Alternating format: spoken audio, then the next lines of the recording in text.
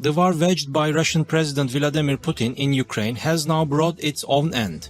Putin started to look for a new way out for the Russian army, which was completely disintegrated as a result of the counterattack of the Ukrainian armed forces in the Kharkiv and Donbas region last month.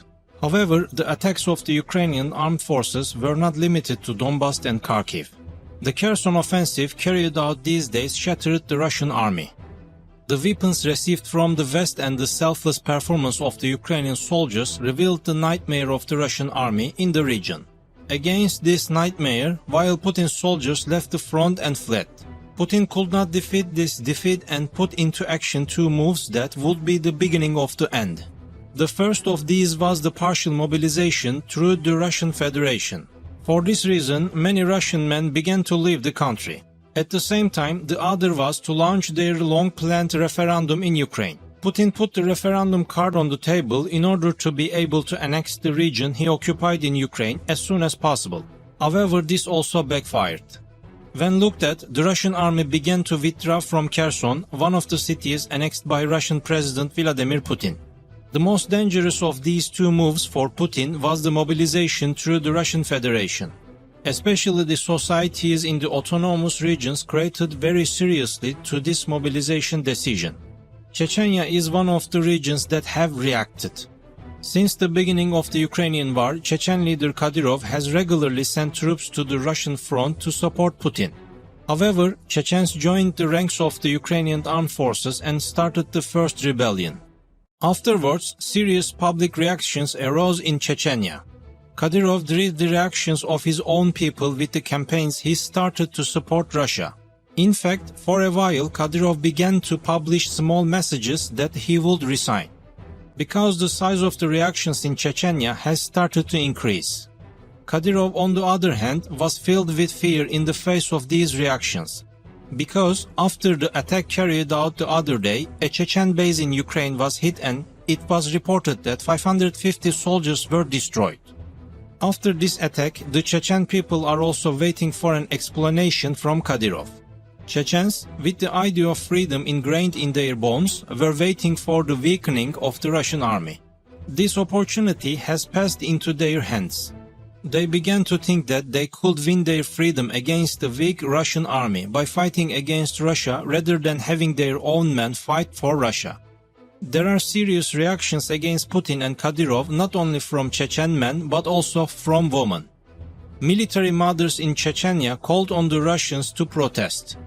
A woman in Chechnya recorded a message on behalf of mothers who lost their children in the war in Ukraine, urging the Russians to raise their voices against sending men to Ukraine in protests.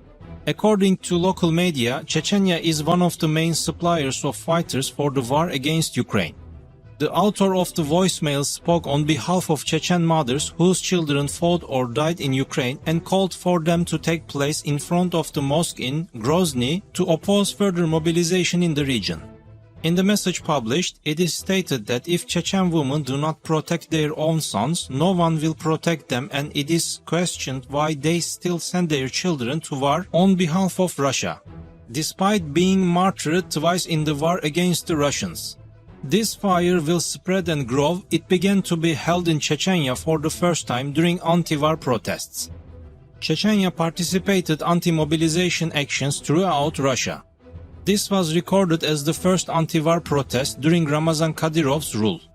Several dozens residents, including military mothers, appeared on the square in Grozny. They urged not to send their children to war in Ukraine. Authorities drove the security forces to the place where the protest was held. Ramazan Kadyrov accused them of taking money from the West. He also admitted that among the protesters were the mothers of soldiers who were thrown to the front in Ukraine. We know that the protests against the mobilization announced today by Russian President Vladimir Putin were put forward by the opposition. Putin declared a partial mobilization to send Russian citizens to war. In his speech, Russian President Vladimir Putin said that in the 7th month of the war with Ukraine, partial mobilization was necessary for the Russian Federation to protect the homeland. So what did Putin aim for when he put the mobilization and referendum trump card on the table? Even though he knew that the Russian people would get such a reaction, his putting this trump card on the table shows us how desperate he is now. However, we need to discuss this issue in more detail. The owner of the Kremlin bunker was faced with the impossibility of achieving, by military means, the goals of the declared demilitarization of Ukraine and, according to Putin, of the Nazis. He raised the stakes again in the game of geopolitics and tried to outrun everyone and break the bank. In trying to make a big hit, he also seems to be taking the risk that he might be the biggest loser. Because if he puts all his wealth on the table, he will take the biggest loss from his gamble. Because even if only Ukraine is against Russia, the whole international community is against this war. Putin's last and biggest bet is the escalation of hostilities, an attempt to change the situation on the Russian-Ukrainian front with nuclear blackmail, and an attempt to emerge victorious from the protracted war nonetheless. The recent summit in Samarkand was designed to forget the Kharkiv defeat and humiliation. The summit was a scenario designed to heighten patriotic sentiment and silence angry radical patriots, reinforcing Putin's shattered image as a powerful leader and scavenger of Russian land. That is why Putin is declaring partial mobilization.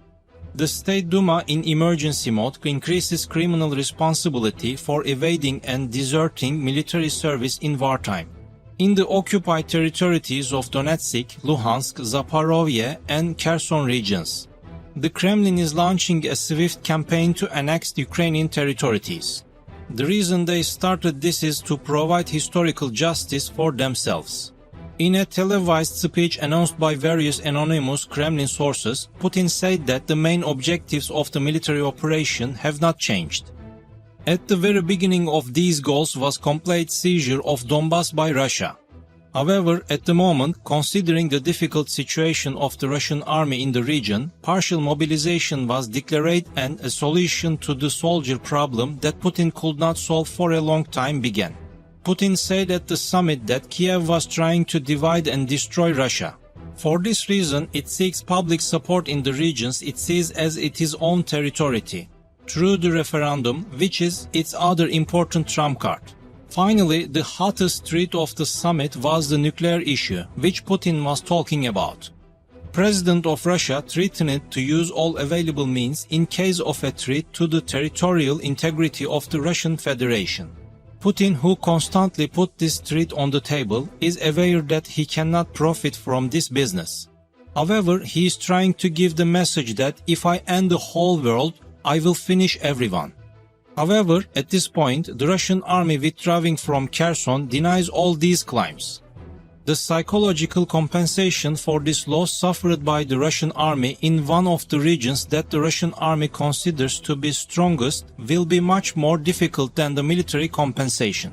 It is noteworthy that the Russian president did not say anything about the goals of demilitarization and the Nazis in Ukraine, announced on February 24.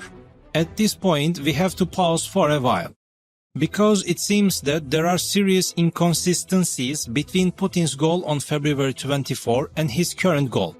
On February 24, the Russian president made statements that tried to justify himself in staying away from NATO's territory, and said that he intended to send them, describing the administration in Kiev as Nazis. However, at this point, Kiev is not among Putin's goals.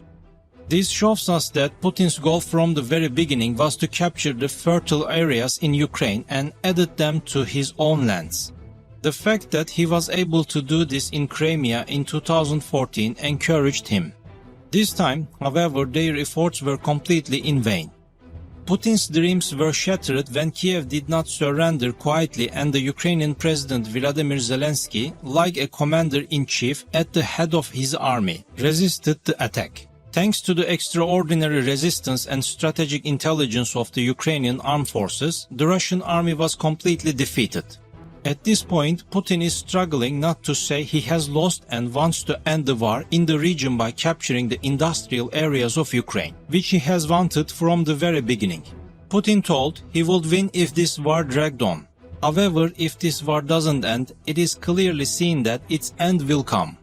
Vladimir Putin doesn't make statements that can take responsibility for his weak-knit army. Because if this incident is heard in the Russian Federation, unexpected wave of rebellion may be break out and Vladimir Putin will not be able to oppose it. Even if Vladimir Putin's generals say that the withdrawal in Kherson was a strategic move, everyone is now aware of the helplessness of the Russian army against the Ukrainian armed forces, and the reputation of the Russian army has been completely destroyed. Thank you for watching us.